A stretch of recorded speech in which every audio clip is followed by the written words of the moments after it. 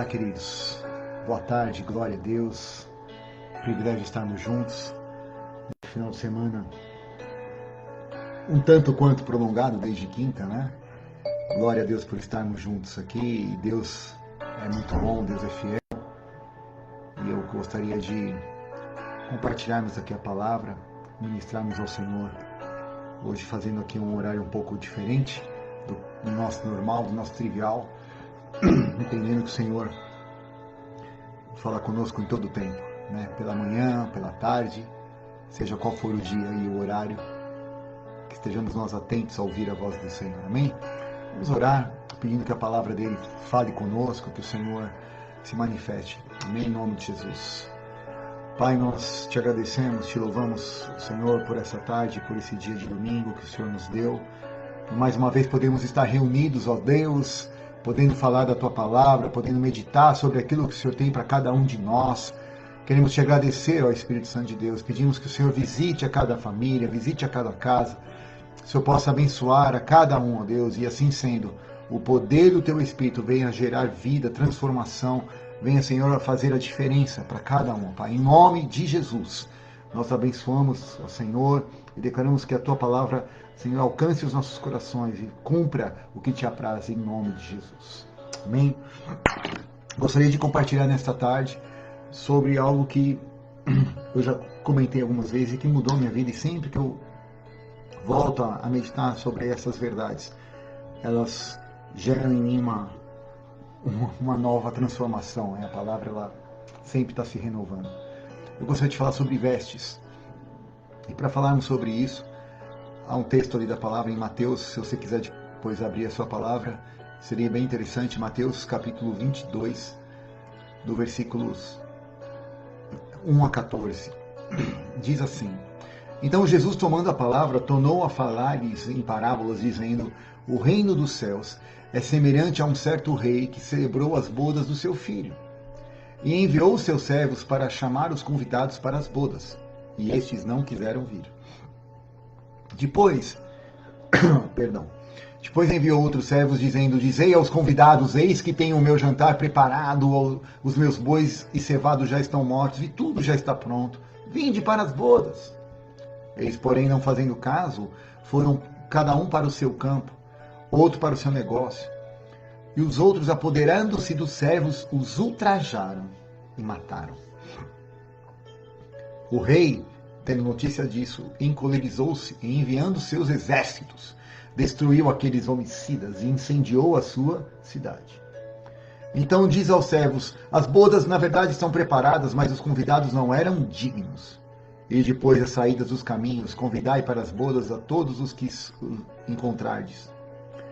E os servos, saindo pelos caminhos, ajuntaram todos quantos encontraram, tanto os maus como bons. E a festa nupcial foi cheia de convidados. O rei, entrando para ver os convidados, viu ali um homem que não estava trajado com a veste de núpcias. Uau! Ele disse: Amigo, como que você entrou aqui, não tendo veste nupcial? E ele ficou mudo. Então disse o rei aos seus servos: Amarrai-o de pés e mãos, e levai-o e lançai-o nas trevas exteriores.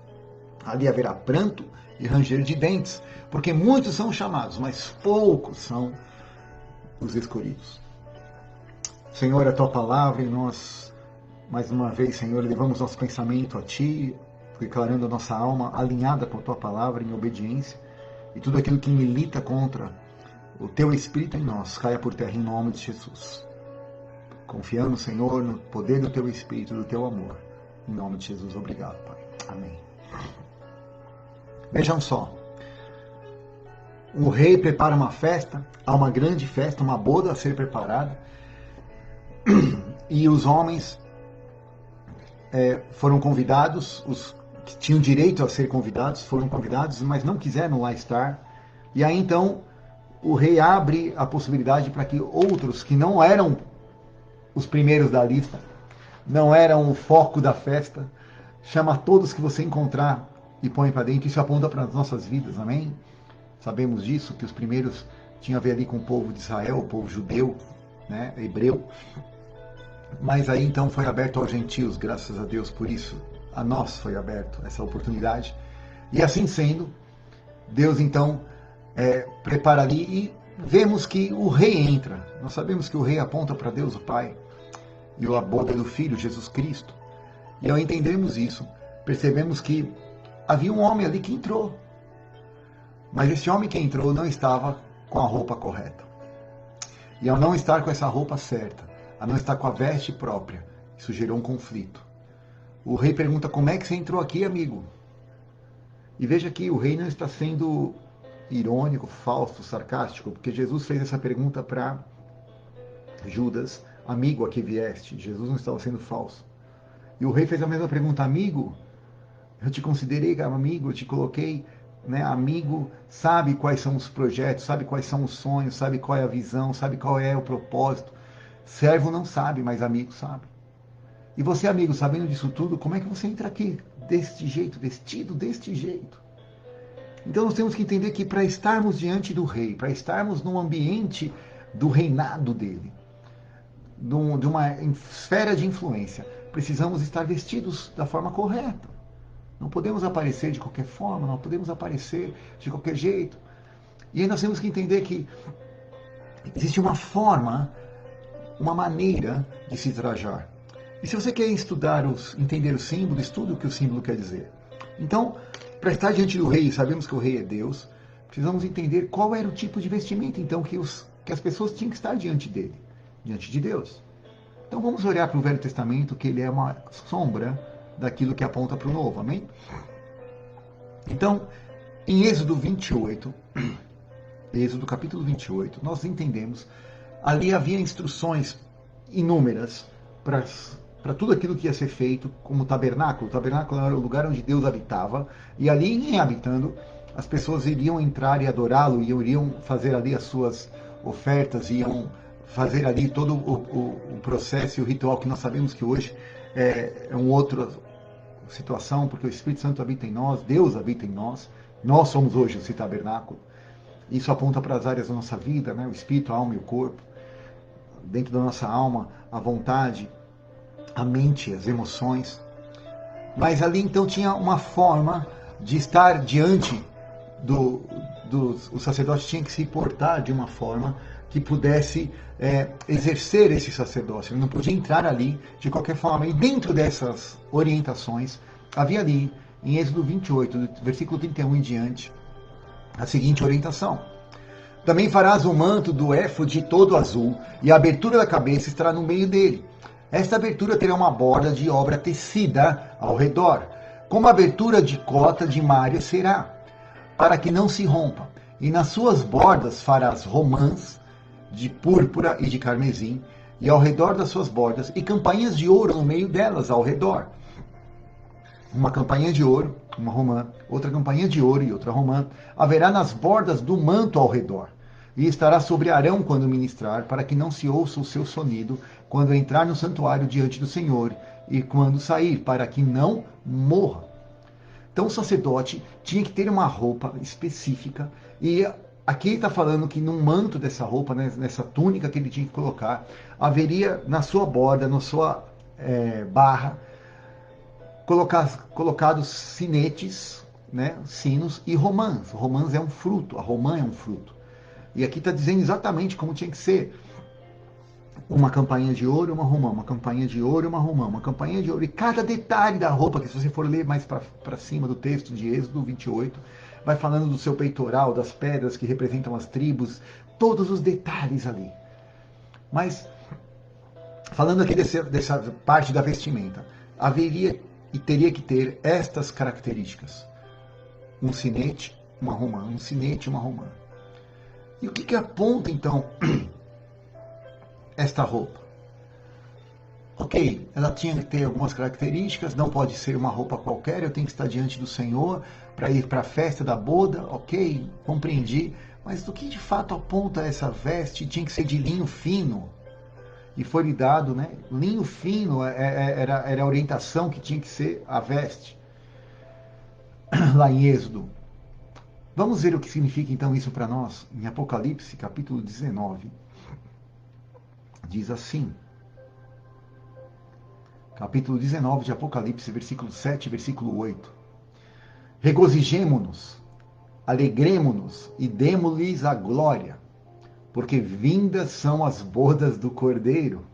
De novo, bodas aí, a grande festa, casamento. E foi-lhe dado, as bodas do Cordeiro, e já a sua esposa se aprontou. Quem é a esposa do Cordeiro? Jesus. A igreja, nós somos a igreja, aleluia. Então nós estamos nos aprontando para encontrar com ele. E foi-lhe dado que se vestisse. E foi-lhe dado que se vestisse de linho fino. Olha aí o linho fino de novo. A veste correta para eu estar na festa, a veste correta para eu ir para a cerimônia, a veste certa. O linho é fino, é puro e resplandecente. E aí ele explica do que é feito esse material de linho puro, Apocalipse 19, 7 e 8. Diz assim, porque o linho fino são os atos de justiça dos santos. Uau! Então vamos lá. O Pai nos convida para uma festa. Nós não éramos dignos. Devemos agora entrar nessa festa. E o noivo, agora, ao chegar, e o rei ao chegar, nós entendemos que nós agora somos elevados à condição de participantes da festa, não apenas assistentes, não apenas telespectadores ou espectadores, né? Não tele, mas espectadores da festa. Somos coadjuvantes agora, elevados a essa situação, a essa posição, mas não podemos ali estar de qualquer jeito, vestidos de qualquer forma. E aqui está dizendo que nós é que costuramos esta roupa que Deus nos dá. Eu vou costurar então esta roupa para um dia chegar lá e eles me devolver essa roupa para que eu me vista. E eu, em a vestir, enquanto eu estiver vestindo, colocando essa vestimenta, eu vou poder ter ali uma percepção de que, será que eu construí certo? Será que não está faltando algum detalhe que era proibido faltar? Porque se eu estivesse diante da presença dele sem esses detalhes todos, eu vou morrer. Eu preciso ter esta roupa completa, plena. Linho fino, atos de justiça. E aí então, voltando para o exemplo, voltando para a sombra, tinha que haver características. E vemos que tinha que ter sinetes e tinha que ter uma romã. O que aponta isso? Sinete é aquilo que faz barulho, sinete é aquilo que você chacoalha, sinete é aquilo que você chama atenção, sinete é aquilo que não passa desapercebido. Você toca um sino e vai aparecer o som. Ok. E aí então vamos ver do que isso aponta. Em 1 Coríntios, capítulo 12, nos mostra para que aponta, para qual característica da veste isso aponta. Então vamos lá, 1 Coríntios 12, de 1 em diante, diz assim: meus irmãos, acerca dos dons espirituais, não quero que sejais ignorantes. Vocês bem sabem que quando vocês eram gentios, levados aos ídolos mudos, conforme vocês eram guiados, portanto, não quero fazer compreender que ninguém fala pelo Espírito de Deus e diz, Jesus é maldito. E ninguém pode dizer que Jesus é o Senhor se não for através do Espírito Santo.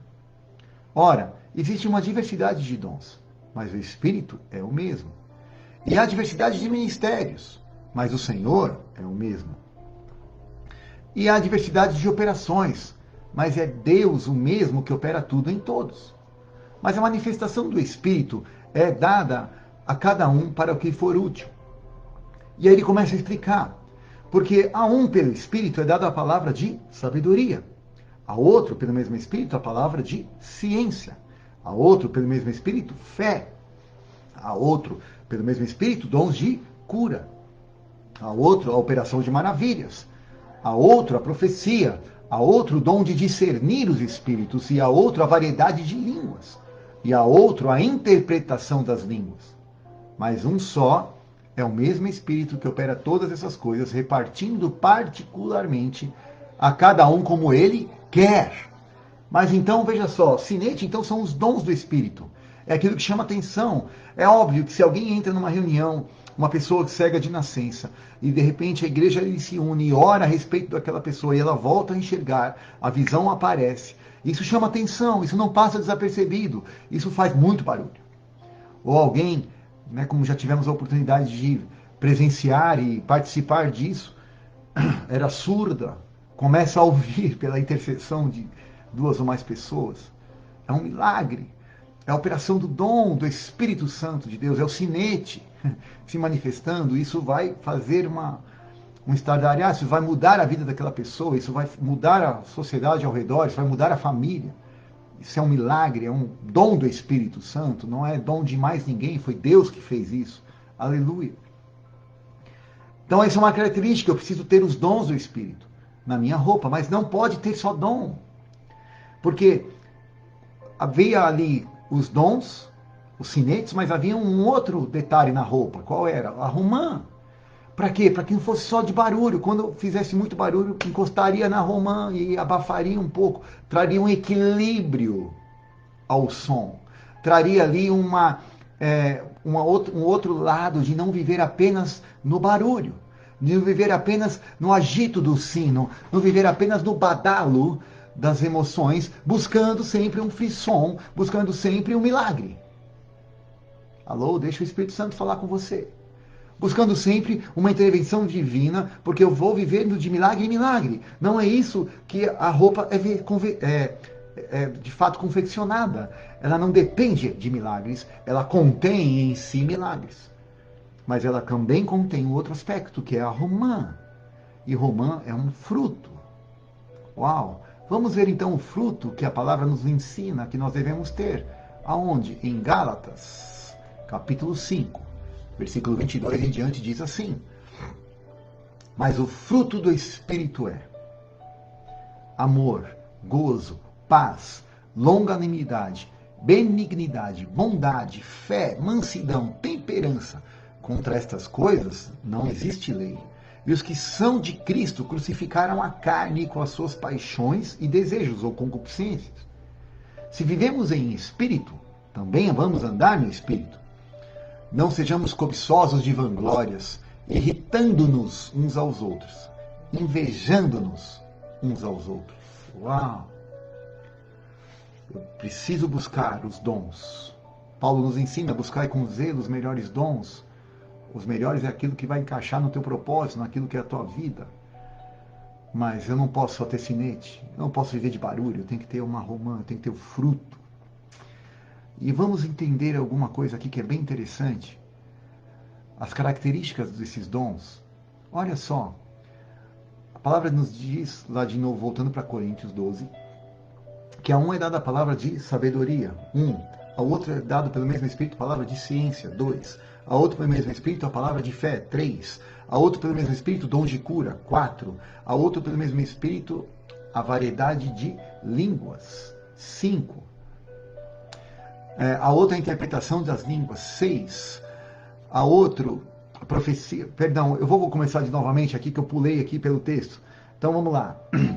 Pelo mesmo Espírito é dado a palavra de ciência, 1. A outro pelo mesmo Espírito, fé, 2. A outro pelo mesmo Espírito, dom de cura, 3. A outro, operação de maravilhas, 4. A outra, profecia, 5. O dom de discernir os Espíritos, 6. A outra, variedade de línguas, 7. O outro, interpretação de línguas, 8. Amém? Então vejam só, 8, na verdade são 9 facetas, né?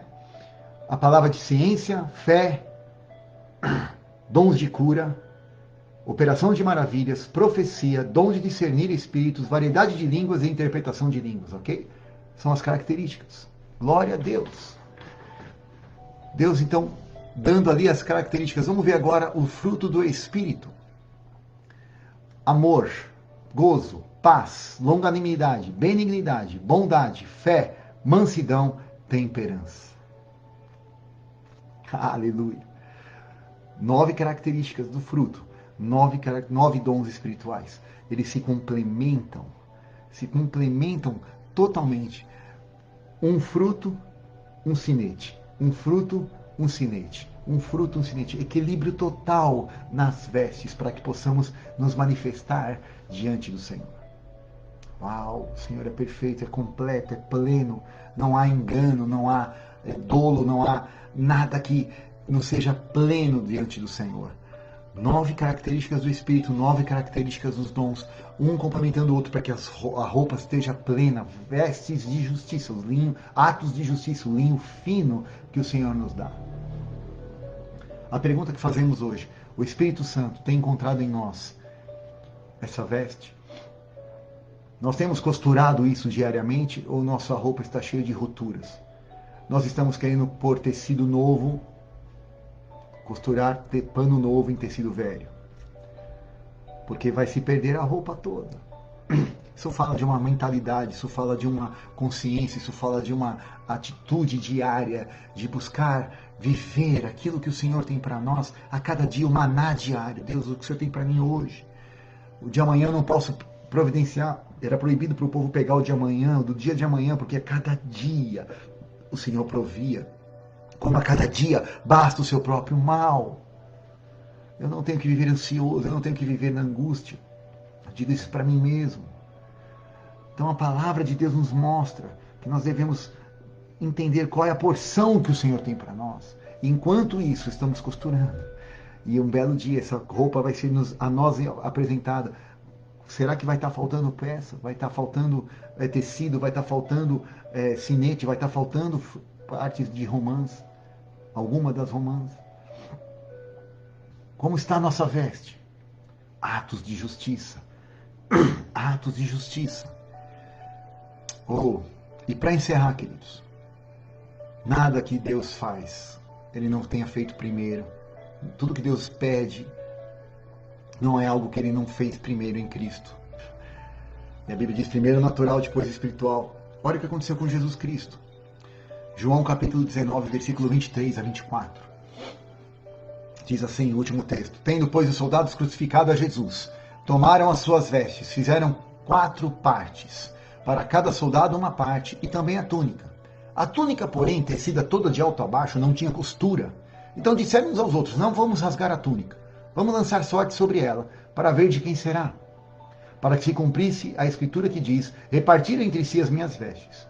E sobre a minha vestidura lançaram sortes. Os soldados, pois, fizeram estas coisas. João capítulo 19, versículo 23 e 24. Uau! Então você sabe que os judeus têm um estilo de vestir, e naquela ocasião, naquela época específica, havia umas vestes que estavam ali em contato com o corpo e havia uma túnica. Vejam bem, as vestes então que apontam para os atos de justiça, aonde na palavra de Deus, na Bíblia Sagrada, nós encontramos os atos de Jesus o homem aqui na terra. Quais livros? Mateus, Marcos, Lucas e João. 4 partes. Tendo, pois, os soldados crucificado a Jesus, tomaram as suas vestes e fizeram 4 partes. Dividiram a túnica, a veste de Jesus em 4. A túnica não dividiram. Porque a túnica aponta para chamado. A túnica aponta para propósito. E ninguém pode rasgar de você, nem de mim. Aleluia. Ninguém pode tirar.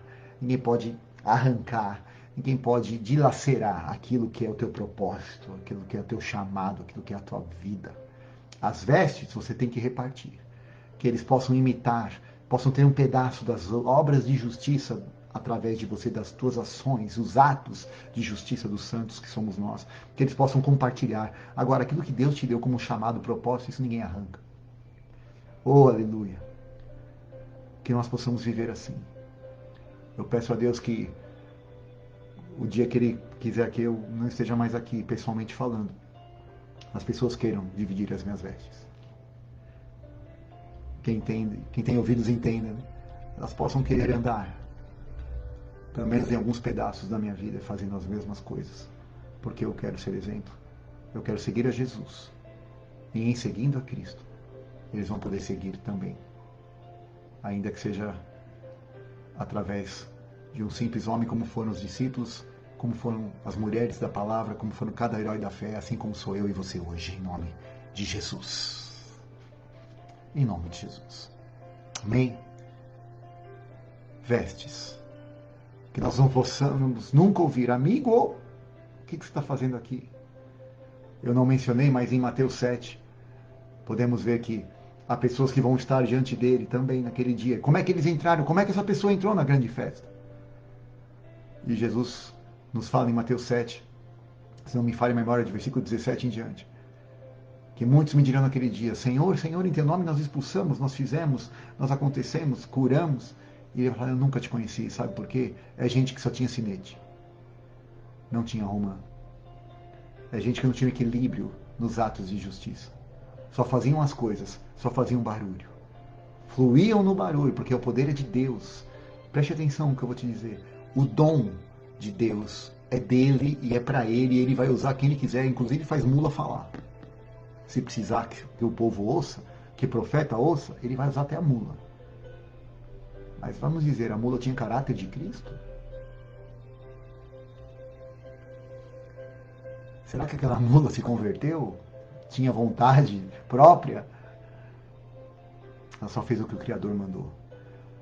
E a glória, qual é a glória disso? Se considerai, pois, servos inúteis, quando só é feito o que vos manda. Mas amigo vai além. Os amigos de Deus vão além. Conhecem o coração e procuram não só agradar este coração, mas ajudar no propósito, que ninguém se perca, que nenhum pereça, que a vida de Deus flua e que essa sociedade conheça que há um Deus, o único e verdadeiro, que nos quer como família e família dele. Em nome de Jesus. Amém? Pai, esta é a tua palavra para nós nesta tarde. Eu peço, Senhor, que ela caia e a nossa parte é acolher com mansidão, para que ela possa exercer o poder que há nela de transformação e salvação da nossa alma, do nosso entendimento, da percepção que nós temos de fazer a tua obra, fazer da maneira correta, costurar a nossa veste, Senhor, para não estarmos diante de ti nus, não estarmos diante de ti, ó Senhor, de uma forma desprovida do caráter de Cristo.